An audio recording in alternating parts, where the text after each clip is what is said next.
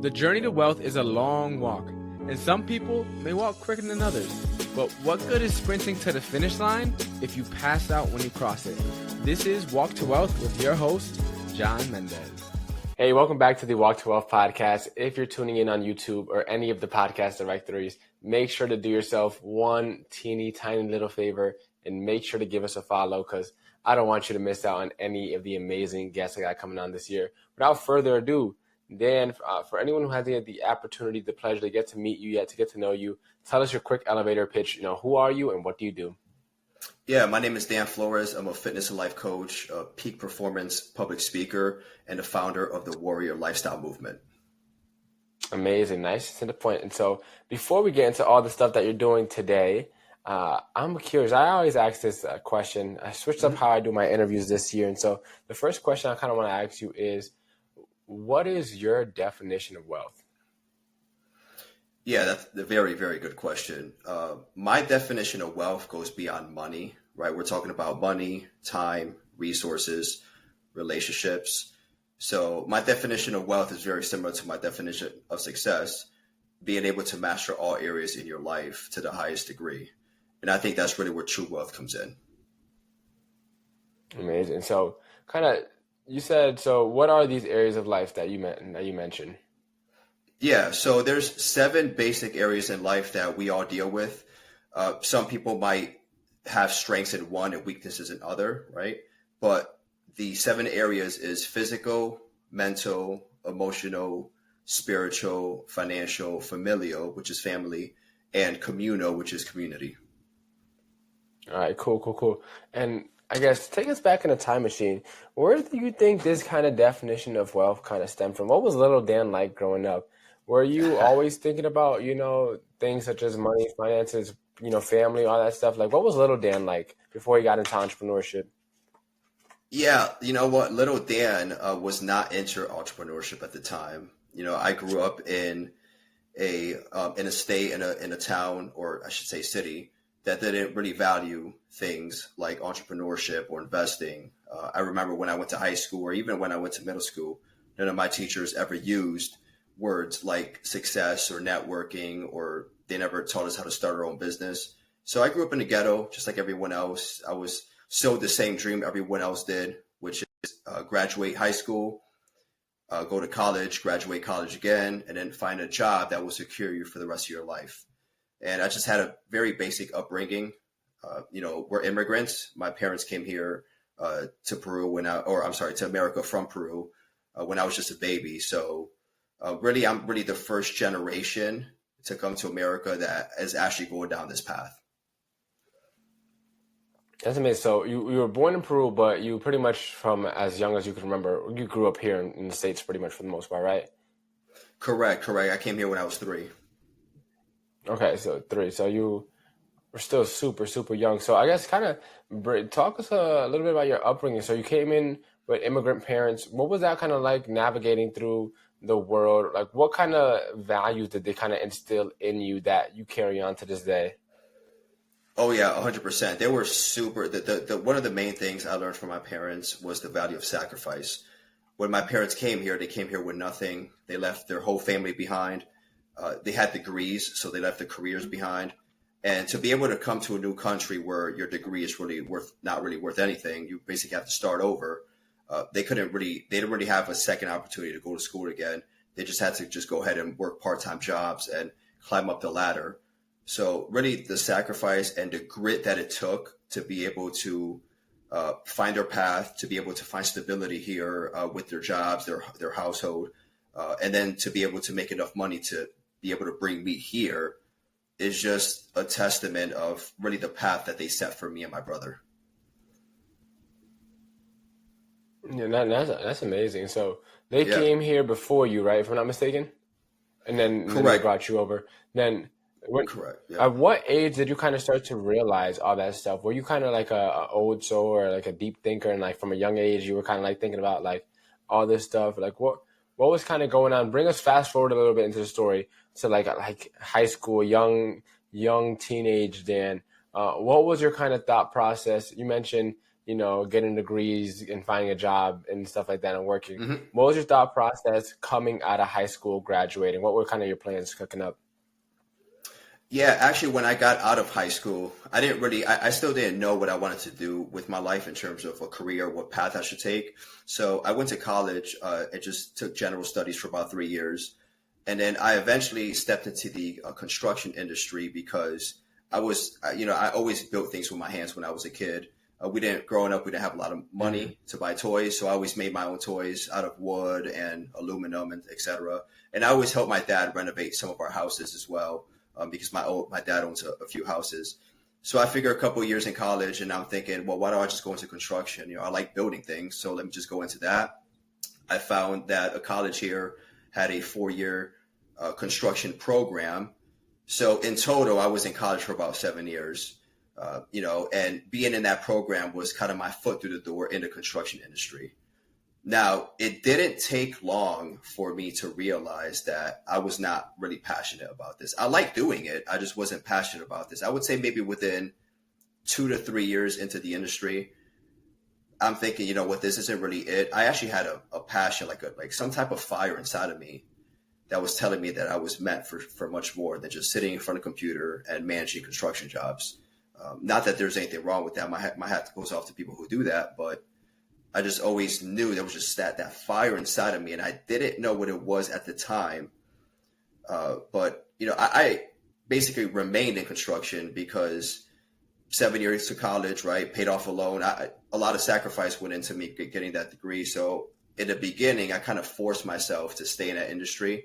But the more I was in it, the more unhappy I was, and I realized that over time. No, you mentioned a lot of good points. One of the first ones that really came to mind is you mentioned your dad owns a couple properties, and he would take you to go on renovation projects, which is an experience that not a lot of people get to have. So, having someone that it has a home and owns a home and multiple properties, that must have been a good experience for you, especially at that early age. And then that kind of gave you plant the seed to get your foot in the professional career. And although it didn't end up turning into something that you did forever, it got you that start. So you went to college. You said you went to college for 7 years. Explain that a little bit, because mostly, undergrad, if I'm not mistaken, is 4. So did you go to like a college and a trade school, or what was that kind of like? Yeah, so I went to a community college. That was the 3-year general studies. Went to a community college for 3 years, just banged out all my generals because I knew eventually most of that would transfer over. And so that just gave me a little bit more time to figure out what I was going to do. And then I went to a university, which is, a higher level tier college that had this specific construction program. And about 80, maybe 90% of my general credits transferred over. So it was really a win-win. I love college. Correct. Yeah, exactly. That's dope. So all right. So fast forward a little bit. You got into the construction industry, and you figured out that that's something that you didn't want to do, but you sacrificed so much years. So I'm curious because similar to my grandparents immigrated here, and I don't know. I feel like regardless of like what country they come from, but like immigrants in general, at least from what I've found in my personal experience, they value college so much, right? They value to get a degree so much. And a lot of times their kids or their grandkids or whatever will go to school. And a lot of times one of the driving factors, sometimes the main driving factor, is kind of to make their parents or their grandparents proud, right? Because to get that degree, because they didn't have the opportunity maybe back in the country that they came in from. And so I'm curious for you. So you ended up getting that degree. And then again, within 2 years, you kind of stumbled across a feeling like, hey, I'm meant for more. What was that kind of like navigating those emotions, those feelings in that time? Because it could kind of feel like, hey, I kind of, wasted this whole thing if I'm just going to drop it now. So what was it like trying to navigate your next steps during that time period when you started to realize like, okay, maybe construction isn't going to be the route for me, even though I just spent all these years in school kind of for this? Right. My first go-to thought was, let me deal with it and see if I can learn to like it. Again, I made a lot of effort and sacrifice being put in this position. I didn't want to just throw it all away, but But I actually even changed construction companies thinking that that would be the solution. I changed different trades. I went from demolition to site work to piping and plumbing, etc. And same thing, right? Nothing really fulfilled me. And the one thing that kept driving me to something much higher was the fact that, again, talk about that sacrifice my parents made for me. Like I had to succeed, man. There was no other way. Like I had to justify everything that they put on hold just for me and my brothers to be able to give us this opportunity. So I didn't feel like I was letting them down by switching this mindset and this path. I feel like if anything, I was honoring them even more by chasing a calling that I feel was true to my heart, that I was passionate about. And I really owed it to me and especially to them to figure out what that calling was. Yeah, no, and I think that's a great point you mentioned. And you mentioned too, about you just mentioned about that burning desire for more. Yeah. At what point did you realize that? Was that something that you kind of always had? Because a lot of times you ask someone like, hey, why are you so driven? Right? And some people just have it and some people unfortunately just don't.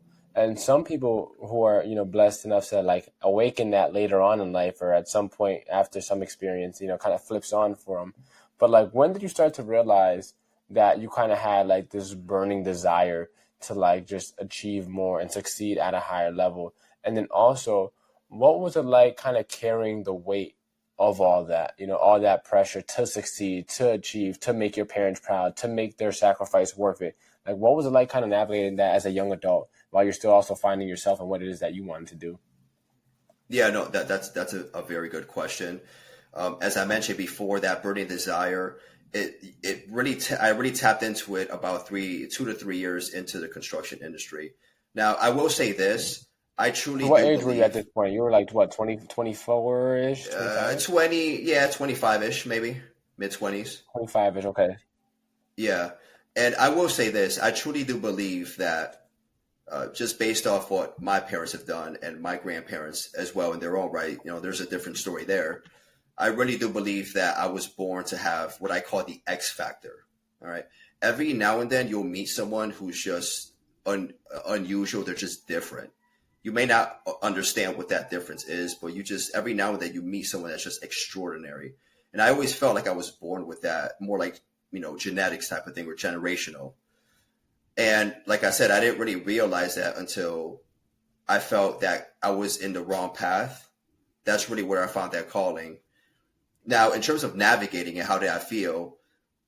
I was a little confused because think about it. You just fresh off of college, 7 years, you're finally into this industry you always wanted to go. And when you feel that that's not the industry for you, it's like, well, what do I do now? Where do I go? So I had to reassess once again, what did I want to do for the rest of my life? What's something that I was passionate about? What's something that I can see myself doing every single day? And I'm excited to wake up and I'm having a 10 out of 10 day doing exactly that one thing.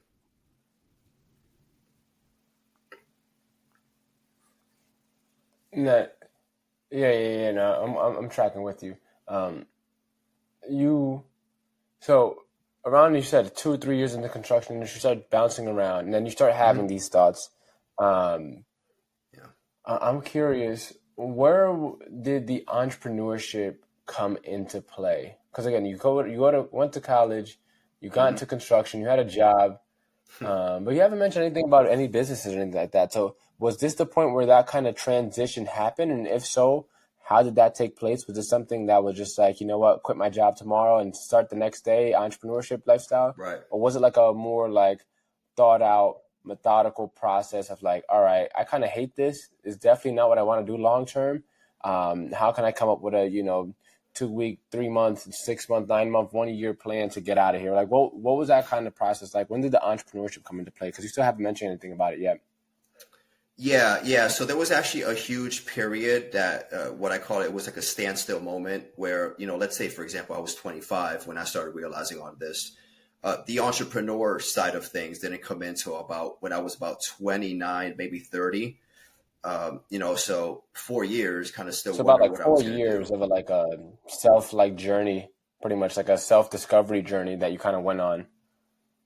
Self-discovery, trying to see if I can somehow like what I'm doing at the current time, and it just wasn't working. So yeah, it was a long period of uncertainty at the time. I had this calling, but I didn't know what it was or how to activate it or what to do with it.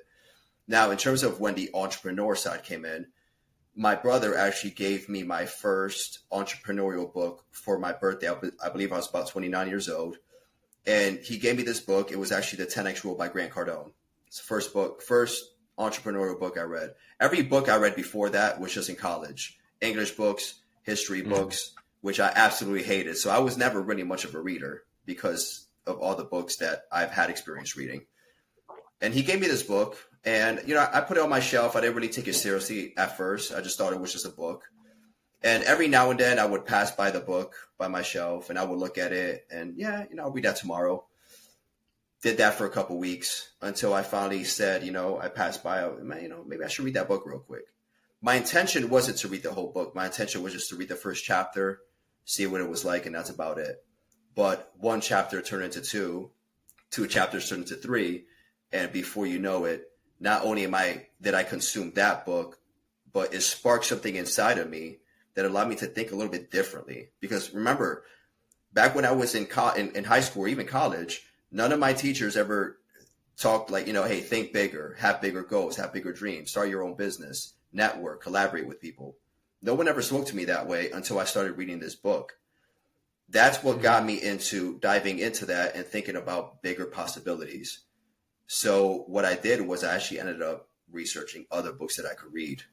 And before you know it, I was just consuming books like crazy. I mean, I was reading a lot at that moment because I was just so excited. I was like, man, I was so intrigued by this world that I stepped into.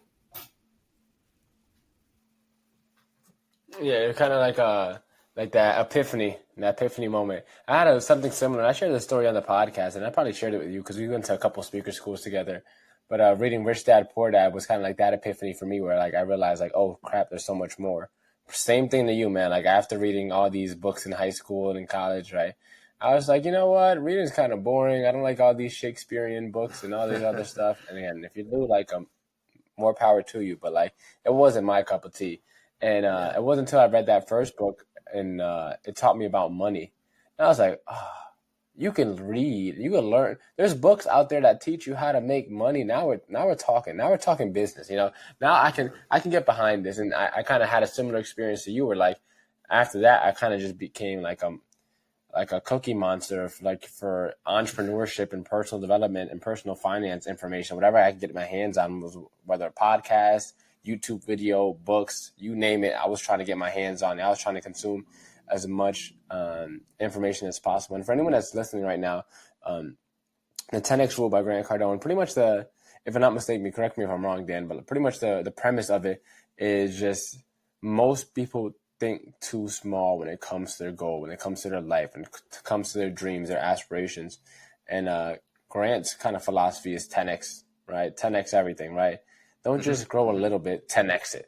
Right. And so that's kind of like, if I'm not mistaken, that's the main premise of the book, right? Correct. Yeah. What I got out of it was very similar. The philosophy for me was just think bigger, whether that's your goal, whether that's your vision, whether that's the way you show up for your family. You want to think massive, because if you think too small, that's not going to wake you out of bed at 4 a.m, right? You need something massive to pull you out of bed and push you through those struggles and adversity you're going to face through this journey.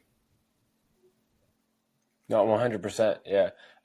Speaking about that, random pivot, but definitely. What if one tool was all you need to start your business and make your first 6 or 7 figures? See, I was never entrepreneurial growing up. And after starting my first business, I spent the first 2.5 years completely lost. Nothing worked for me until I found Kajabi. See, if you offer coaching, courses, if you have a private community, if you want to start a podcast, a newsletter, a blog, if you have a membership community, Kajabi has you covered. They have everything you need to start, scale, and sustain your business all in one. So I want to offer you a free strategy session where we'll talk about your business, your goals, and how Kajabi can help you. All you have to do is use the link in the description, and as an extra bonus, I'll get you a free 30-day trial to test out Kajabi. Normally, they only offer 2 weeks, so hurry up, click the link in the description. With that being said, let's get right back into this episode. Applies. So for anyone listening, Dan and I ran a marathon last year. He did a lot better than I did. I almost died during that marathon. But unfortunately, I signed up for it again for 2025. So after this comes out, those of you listening, I will have run my second marathon successfully. Assuming I don't get injured. God willing, I stay safe the whole time. But assuming I don't get hurt during the race, I've completed my second marathon. And it's so funny because each year so far for the past two that I've done one, it's like I start off so hard, like so hot, like so driven to like, I'm about to kill this. I'm about to be the best like casual marathoner that ever existed, right? And then I get to like week 8, week 9, week 10, and it's like, you know what? I could really care less for all this stuff. And it's like, to your point, if you don't have a big enough goal, right, or a goal period as to why you're doing something, it's not going to get you out of bed to do it. And eventually, like for me, again, I could really care less about running. So like, I'm only running it this year just to like redeem my ego from last year after I got absolutely destroyed. But like, man, to your point, when you don't have that strong burning reason, and the days you don't want to, it's going to be a lot easier to say no and just turn back, right? Or stay at home, or not go outside, not hit the gym, not send that, that reach out, not make that video. All right, cool. So back to your story. You're reading the 10X rule that kind of sparked the seed that kind of kickstarted everything. And then from there, you start, watching a bunch of videos and reading a bunch of books and just consuming a bunch of information. What was the first entrepreneurial endeavor to come from that kind of epiphany that you had? Yeah, no, great question. Just real quick, I like to just mention one thing before, which is going to lead to your question, right? I call this point in my journey the staircase to entrepreneurship. Now, the staircase, think of stairs to a staircase. All right. The first step is reading books. So it's the most simple way you can start. Just consume books, whatever books reflect the vision you have for yourself, the future you want to build. And then from there, you transition into audio, whether that's listening to podcasts, listening to audiobooks, listening to interviews that these individuals had with other people. And then the third step is, okay, now you want to invest in these people a little bit more in hopes to learn a little bit more from them. So now you start diving into buying online courses from them, whether you hire a fitness.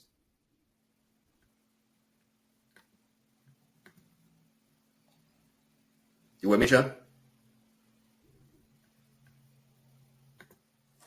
There we go.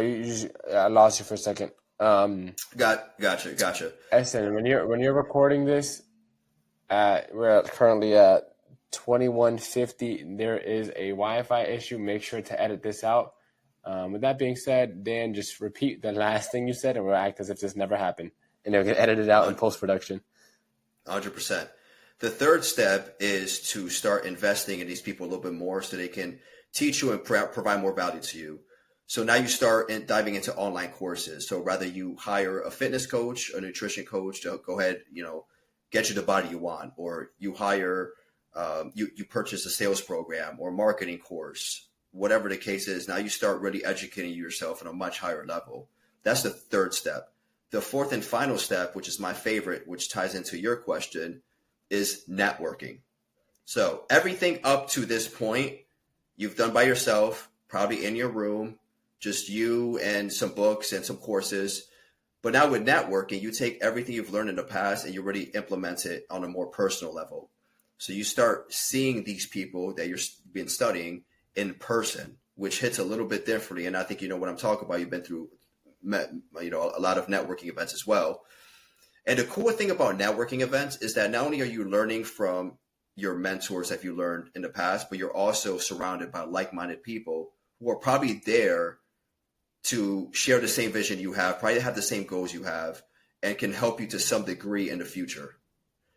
And that's really the next step where I pivoted into that entrepreneurship world, was connecting with people like you, right? Some of our friends like Brandon or Dylan or Guillory. The first person that I connected with that really made a difference was Brandon. I connected with Brandon at a Grant Cardone event. This was about maybe 3 years ago. It was a marketing event. and we just happened to be at the same place at the same time. And there was a good vibe from this guy. I didn't know what it was at the time, but I felt some good vibes from him. So we sat down, we chatted, introduced myself. He told me a little bit about him. I told him a little bit about me. And go figure, he was from Connecticut, just like me. And I was like, no kidding, dude. So we kept in touch. And then when we came back in state, he invited me to some of his events, and that flourished into other relationships and other collaborations that I would have in the future. Yeah, that's so dope. I didn't know. Yeah, I feel like I heard it, but I didn't know you met at a Grant Cardone event. That's cool. For anyone listening, right? The power of events. First of all, for anyone that doesn't know, the people he name drops, all of which except Dylan have been on the podcast. So if you look up Guillory, Brandon, there's a lot of people that we know in this. Me and Dan know in this like Connecticut entrepreneurship kind of circle, I guess you would kind of call it. That we kind of have going, and a lot of us connect and collaborate in a lot of different ways and stuff, and most of which have, at least a good handful of them, have been on the podcast before.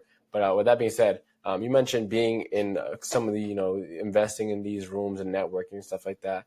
One of the best things I did when I first got into entrepreneurship, because I don't know if you know, Dan, but my first thing was real estate. So I got my real estate license before I got into all this teaching stuff that I'm doing now.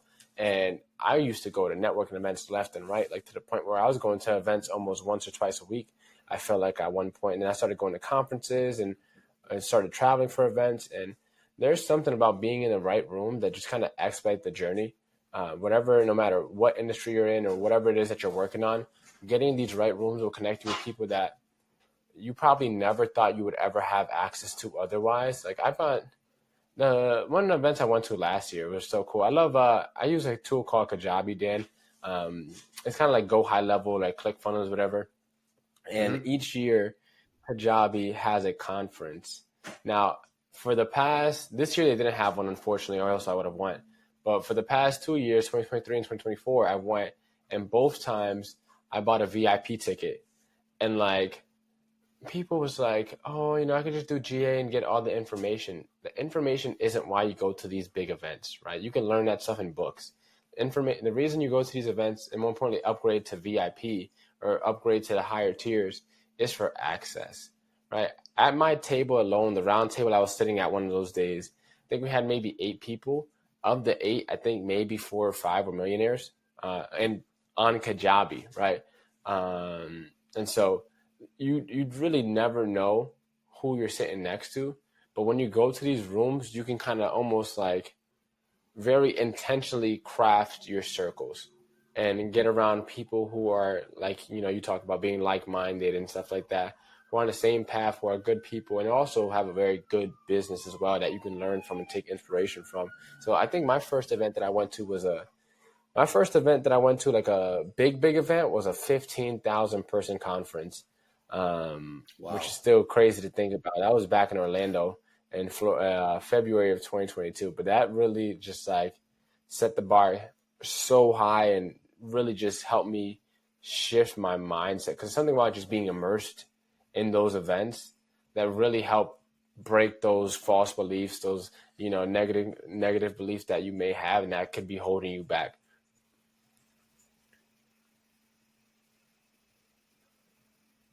Yeah, I completely agree. I mean, it had the same effect on me. I remember the first networking event I went to. My brother actually brought me and my dad with him. He invited us to the event. And at the time, I was very green. I didn't know how networking worked. I didn't know what it meant. I just went to this event that my brother told me to go to. We had a great time. I remember Pitbull was one of the speakers. He actually performed as well. It was a Tony Robbins event. And it was great. It was fantastic, but I did not take advantage of those connections you were talking about because at the time, again, I didn't really know how this thing worked.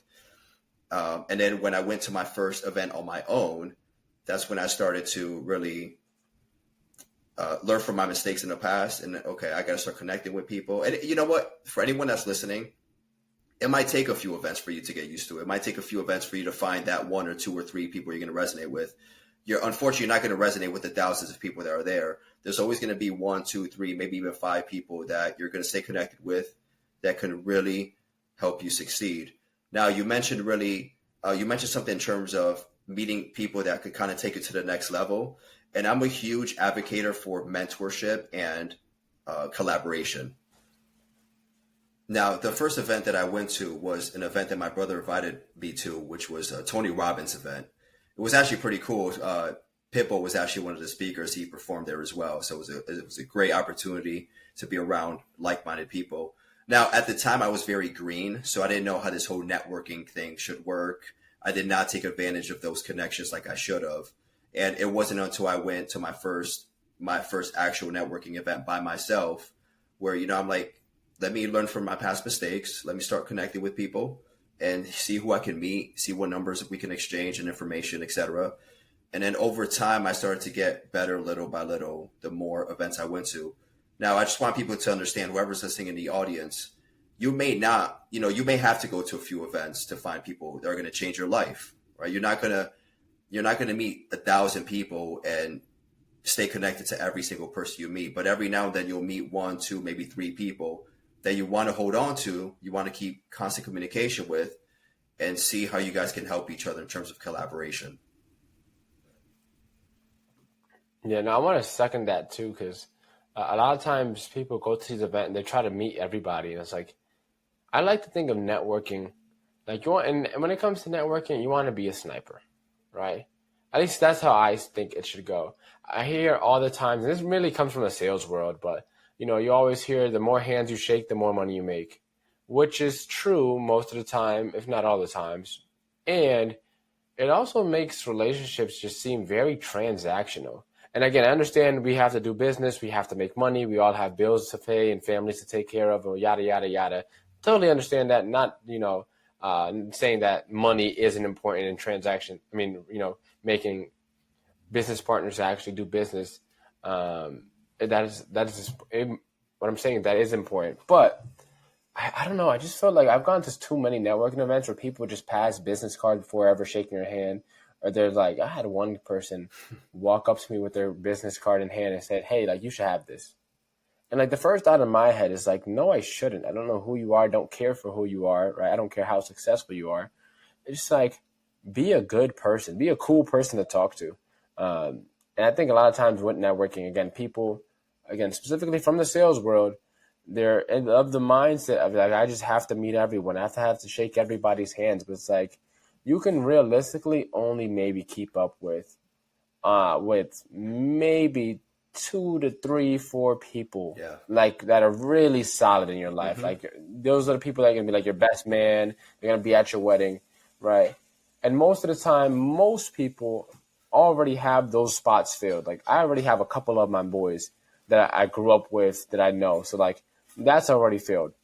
And then from there, you could maybe have like 10 or so, 15 or so people that are like kind of outside that circle. They're still close to you, but you kind of see them you don't speak to them as often.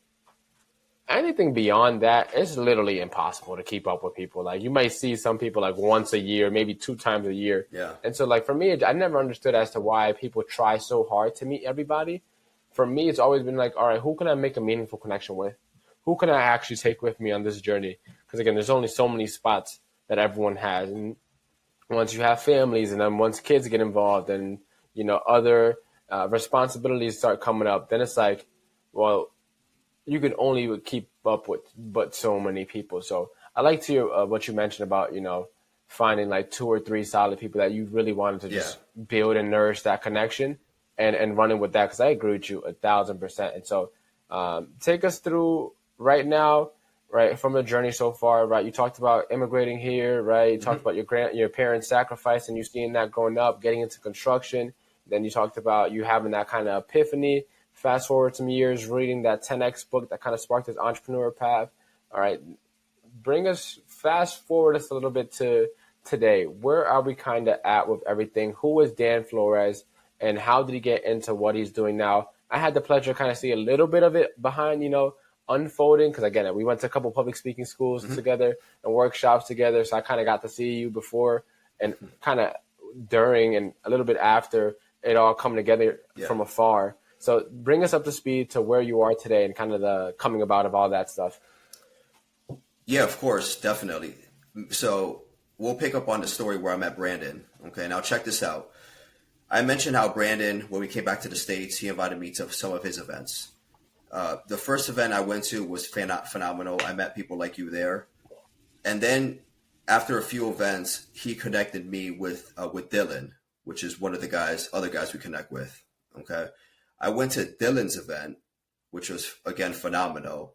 And at Dylan's event was where I met one of my life coaches. And at that point, that's where everything multiplied times 10. I thought 10 times bigger. I moved 10 times quicker. My ambitions became 10 times stronger by meeting this one person who I would eventually work with later down the road. And that's just the power of connection.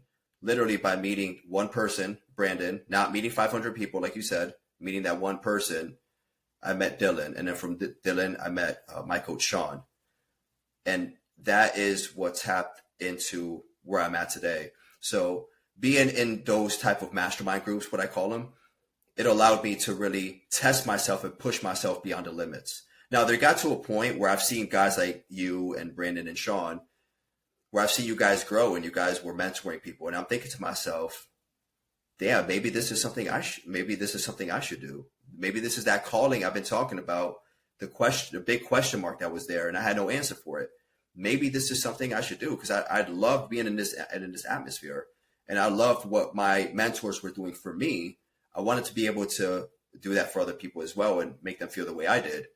So I was about I was about 32, maybe 33, where I really started to elevate myself on a whole new level, my mindset, my discipline. I started waking up at 3:30 in the morning. I started going out for runs. I started doing marathons. Eventually, I got into public speaking school, which allowed me to now become a speaker, which is one of the main things I do. So in terms of who's Dan, I am I'm a fitness and life coach where I help other men and women elevate their life on a holistic standpoint to help them based on where I was at one point in time. Right now, before I wanted to be a coach, but I wasn't there yet. I had to become that person first in order for me to show other people how to do it. So before I could become a coach, I had to go through this discovery journey and really test myself and test my limits and push myself and get myself in uncomfortable positions, like running marathons and getting in front of a big crowd and sharing my message and doing Facebook Lives and stuff like that. So that's why I created my online program, my self-mastery program, which is called the Warrior Lifestyle Self-Mastery Program, where it allows people to tap into their fitness. It allows them to really better their overall health. It allows them to build an unshakable mindset, change their habits around, and just make sure they show up as a leader for their family and their community. It's a more holistic program, a more holistic movement. And on top of that, obviously, I share a lot of this stuff on the stages that I speak, on the content that I shoot. Everything is just holistic standpoint, trying to see how hard you can push yourself to become the best version of yourself.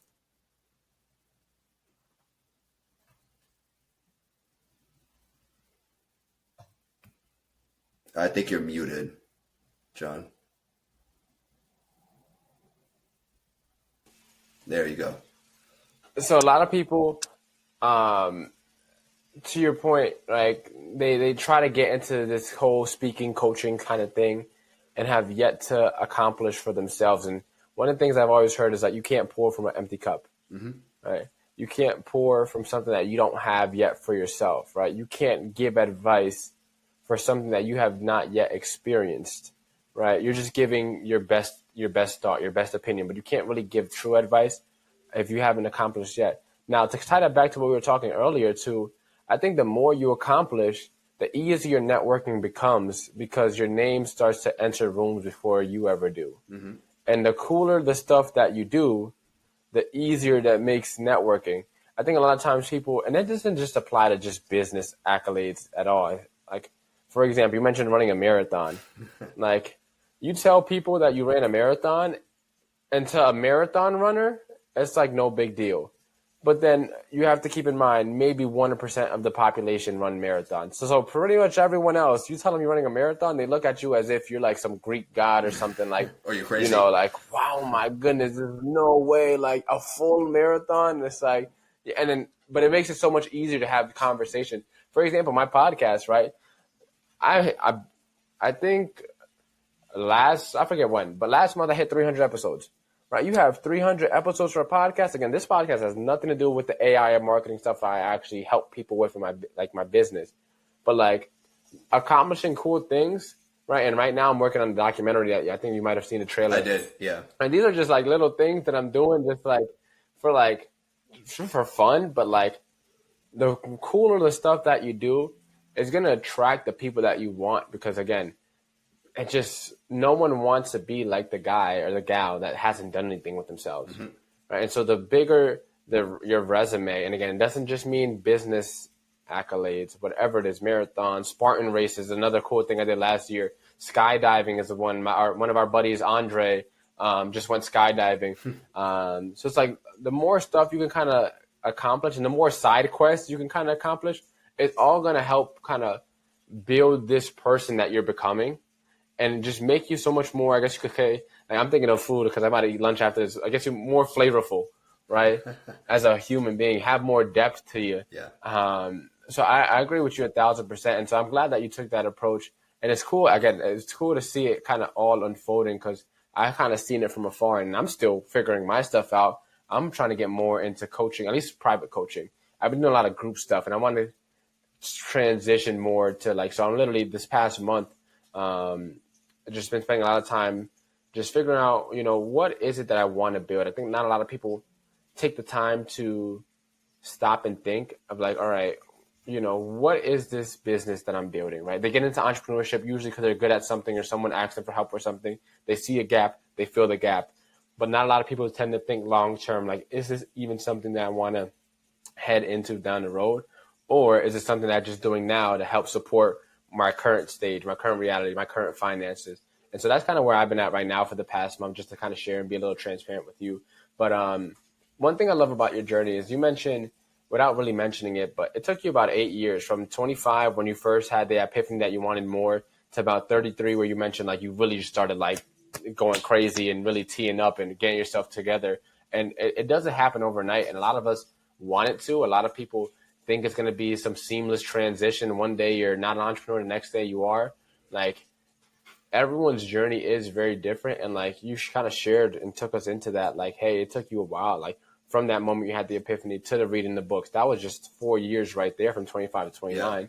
And then from 29 to 33, that was another 4 years right there before you really started like really ramping things up to where you're at now. So I'm glad that you were able to, and I appreciate you sharing all that stuff, because a lot of people just try to make it seem as like, yeah, you know, I got into entrepreneurship and now the ball is rolling and everything's sailing smoothly. But that's not always the case. It usually takes a while for us to figure it out, especially if we're not coming from, you know, entrepreneurial upbringings, right?